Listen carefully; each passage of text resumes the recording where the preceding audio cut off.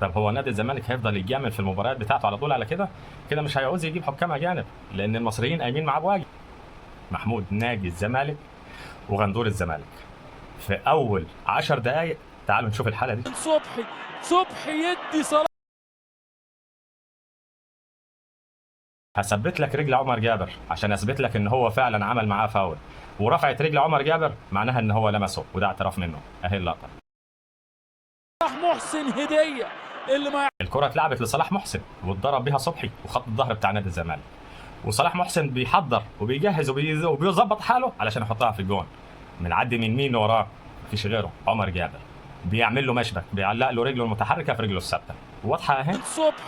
صبحي يدي صلاح. طيب بلاش دي، نشوفها من ناحيه ثانيه. مطالبه بضربه جزاء لصالح النادي المصري. ادي اللقطه وادي الثانيه. هل في اهي دي ضربه جزاء في الدقيقه 10 والنتيجه 0-0، ونادي الزمالك والنادي المصري يعني الوضع كان ضاغط النادي المصري على نادي الزمالك، كانت النتيجه هتتغير واللعب هيتغير واللعب كان هيروح في سكه ثانيه. انما ليه؟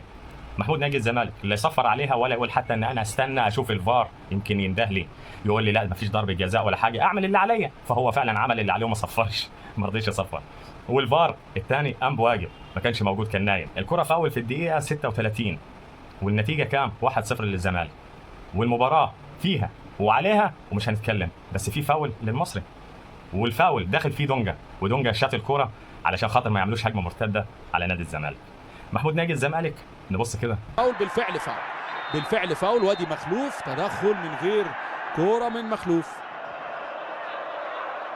محمود ناجي واقف في مكانه وواقف على اللاعب وخلاص ايده على جيبه وهيطلع له انذار، خلاص كده بترسمي، خلاص ايده رايح على جيبه كده، دي انذار.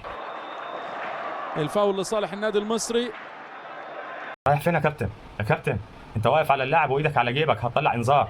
هو جيبك فيها عقربه لو حطيت ايدك عشان تطلع الانذار؟ ايدك فين؟ ايدك على جيبك يا كابتن، رايح فين؟ ده ما حسبهاش، ما طلعهاش انذار، ما طلعش انذار لدونجا. ادي التحكيم وادي محمود ناجي الزمالك. الحكم بيصفر لنهايه الشوط الاول وطالع دغموم، فبيقول للحكم لينا ضربه جزاء يا حكم. فالحكم بيقول تعالوا نشوف. فرص للفريقين ولكن فرصه واحده اللي اترجمت لهدف هي فرصه اللاعب عدى. ايوه يا كابتن محمود اديله، ما تسكتلوش، شوح له وزعق فيه، واللي عايزه اعمله معاه، ما يهمكش، ما حدش هيقول لك انت بتعمل ايه، كله واقف وراك وكله عايز النتيجه دي تطلع كده. عايز يبقى المتصدر للدوري نادي الزمالك، لان المصري لو فاز على الزمالك هيتصدر وهيتربع على الدوري، فما ينفعش، لازم الزمالك يرجع يتصدر. موضوعك خلصان يا كابتن، اعمل اللي انت عايزه مع اللعيبه في الملعب، محدش هيقول لك بتعمل ايه، ومش هتتحاسب ومش هتاخد جزاء. عديها يا كابتن واعمل اللي انت عايزه. الزمالك بقي فايز 2-0، ونيجي عند الكره بتاعه ضربه الجزاء لنادي الزمالك. تعالوا نشوفها. احمد جمال. ادي اللقطه من عمرو ناصر. وهنا الغندور اللي قاعد على الفار صحي في ضربه جزاء لنادي الزمالك. يعني كان خلاص، يعني فين؟ لا ده موجود يا جماعه، انا موجود اهو، وفي ضربه جزاء لنادي الزمالك. طب كنت فين؟ في كره صلاح محسن. طب كنت فين في ضربه الجزاء بتاعته؟ لا ده كان باين عليه كان واخد تعسيل، انما في دي كان موجود وصاحي وعينين فنجله كده وجابها وما يسكتش على كده. لا تعالى يا كابتن، تعالى شوف الكوره.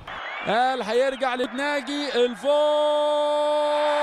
بينالتي الحمر في نهايه فدي ضربه جزاء رسمي، خلاص موضوع منتهي واضحه. بس كمان ادي طرد للاعب المصري علشان المباراه تبقى ماتت وقتلت كلينيكيا. خلصت المباراه وفاز نادي الزمالك علشان النادي المصري ولاعيبته ما يلعبوش في المباراه ويقولوا لك خلاص اكتفينا ان تطلع النتيجه 3-0. ده محمود ناجي الزمالك والغندور اللي كان على الفار.